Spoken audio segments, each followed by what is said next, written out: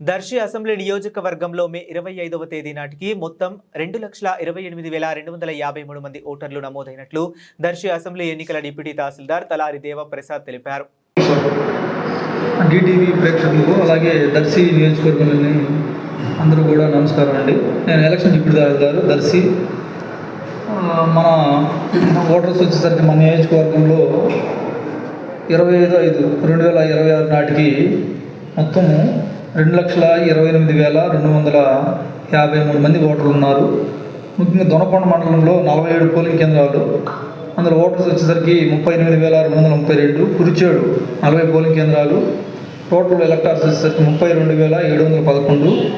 Darsi rural 60 polling కేంద్రాలు, voters వచ్చేసరికి 43,518. Darsi urban 33 polling కేంద్రాలు, ఇందులో ఓటర్స్ 30,049.